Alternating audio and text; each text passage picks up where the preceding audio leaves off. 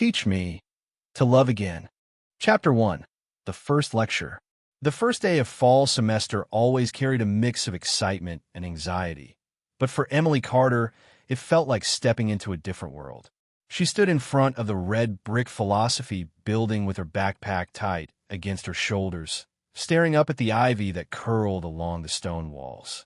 Everything in the city was louder, taller, faster than what she knew. Back in her hometown of Pine Hill, Missouri, everyone knew everyone. Here, she felt like a single word lost in a novel. Still, there was something thrilling about that. Her first class was Philosophy 101, and it was already nearly full when she walked in. Students sat with laptops open. Others sipped from coffee cups bigger than her hands. Emily took a seat near the front. She liked sitting where she could hear clearly, where it felt like the teacher was speaking just to her. A few minutes later, the door opened with a quiet click, and the room fell still. He walked in. Professor James Whitmore. He didn't look like she imagined. He wasn't old, but he carried something older than age. His hair was dark, slightly silver at the temples. His suit was gray, perfectly pressed. Notier. His gaze swept the room like a searchlight, quick, sharp, unreadable.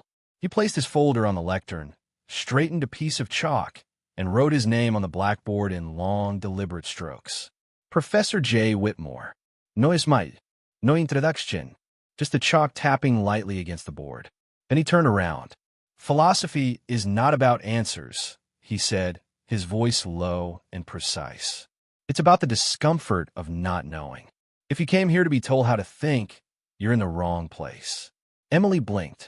That was dramatic. She liked it. Throughout the class, she took notes like a machine.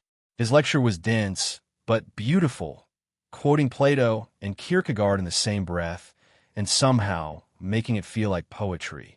But every time a student raised a hand, he answered them curtly, sometimes even coldly. When someone asked if there would be a study guide, he simply replied, "Life doesn't come with one." At the end of the lecture, Emily hesitated. The room was emptying. She didn't usually talk to teachers, especially not ones who looked like they hadn't smiled since the 90s. But something in her was curious, or bold, or foolish. She walked to the front. "Excuse me, Professor." He was gathering papers, but didn't look up. "Yes. I just wanted to ask, when you said that philosophy was about discomfort, did you mean that it should actually change how we live, or just how we think?" Now he looked at her. His eyes were a quiet storm, and for a heartbeat, something flickered there. Recognition? Surprise? That's a better question than most third-year students ask, he said. "What's your name?" "Emily Carter." "First year." "From Missouri." "Carter," he repeated slowly. "Small town." "Guilty." A pause. "It should change both," he said finally. "Otherwise, it's just decoration." She smiled. He didn't. "Thanks," she said, backing away. "Oh, see you next class. Try to sit further back next time," he said, already turning to his papers. "Why? You asked too many questions." She laughed, and though he didn't show it, her laughter echoed in his mind long after she left the room. Chapter 2. Echoes of the Past. Professor Whitmore noticed her before she spoke. He always did. Week after week, Emily Carter came to his lectures like clockwork, always sitting near the front despite his half-hearted warnings. She took notes with absurd dedication. She raised her hand too often, and worse, she smiled while doing it. That soft, persistent smile that made something stir in his chest, something he had buried long ago.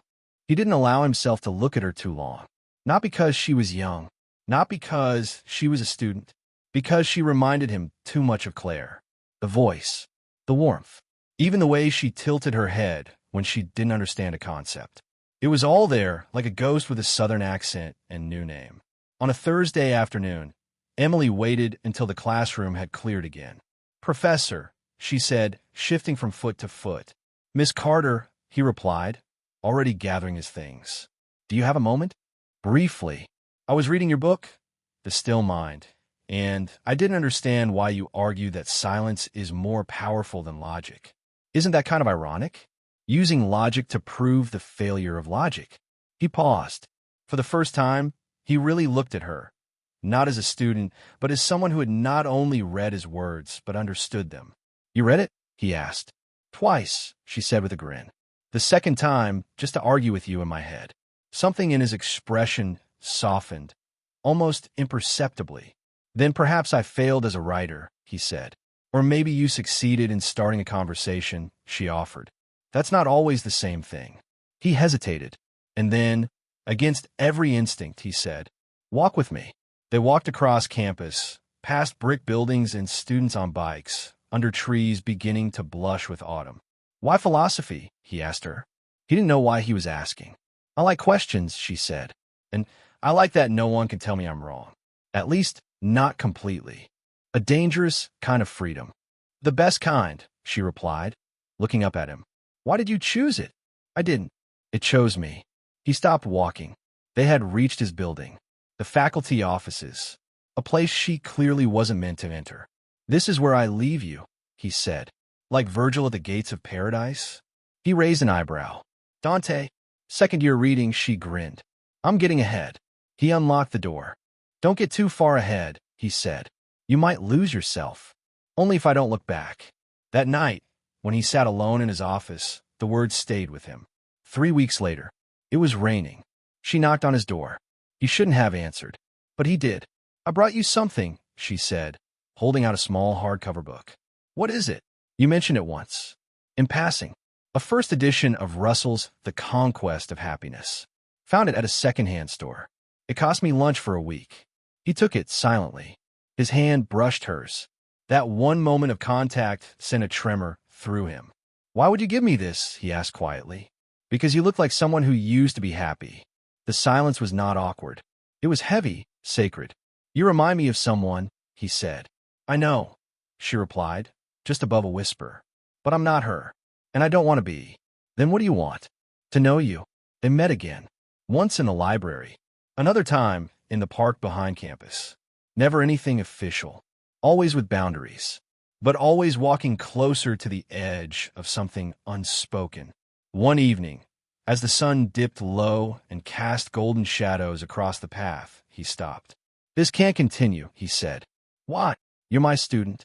Not forever. He closed his eyes. When he opened them, she was watching him, not with expectation, but with understanding. You don't have to do anything, she said. Just don't push me away. You don't know what you're doing, he said, voice low. Maybe not, but you do. She touched his hand again, just briefly, and walked away. He didn't stop her, but he also didn't sleep that night. Chapter 3. Spring after winter. Winter passed quietly. Professor Whitmore returned to his routines. Lectures, office hours, late nights reading alone. But everything had changed, invisibly, irreversibly, the moment Emily Carter walked into his classroom and asked her first question. They stopped meeting after that night in the park. He had drawn a line, and she respected it, at least on the surface. She sat farther back in lectures, said less, smiled less. Her presence was still there, humming at the edge of his vision, like a melody he couldn't unhear. He told himself it was better this way. But every time she raised her hand and then slowly lowered it without speaking, something in him cracked a little deeper. By spring, the campus bloomed with color. The grass returned, the air grew soft, and graduation approached. Emily was no longer his student. Technically, Philosophy 101 had ended. She had turned in her final essay on the ethics of distance, a brilliant, bittersweet piece about love and restraint that he reread 5 times. He left no comments, just one sentence at the bottom. You see more than most ever will. He didn't plan to attend the graduation ceremony. He never did. The speeches bored him. The applause rang hollow. But that morning, something compelled him to change. He pulled on a dark blazer and walked to the stadium, standing among the crowd near the back, away from faculty seating. She appeared in her gown, laughing with her friends, golden in the sunlight. For a moment, he let himself look. She was still Emily, but not the girl from the first day. There was a weight to her now, a steadiness, a quiet strength. When her name was called, he clapped, once, quietly, to himself. She didn't see him. Not yet. After the ceremony, he turned to leave, disappearing, as he always did. But then he heard footsteps. I knew you'd come, she said behind him. He turned slowly. Only to make sure you actually passed, he said. She smiled, stepping closer. I did better than that. Thanks to you. You did it yourself. No, she said. I asked questions. You gave me silence. Somewhere in between, I found answers.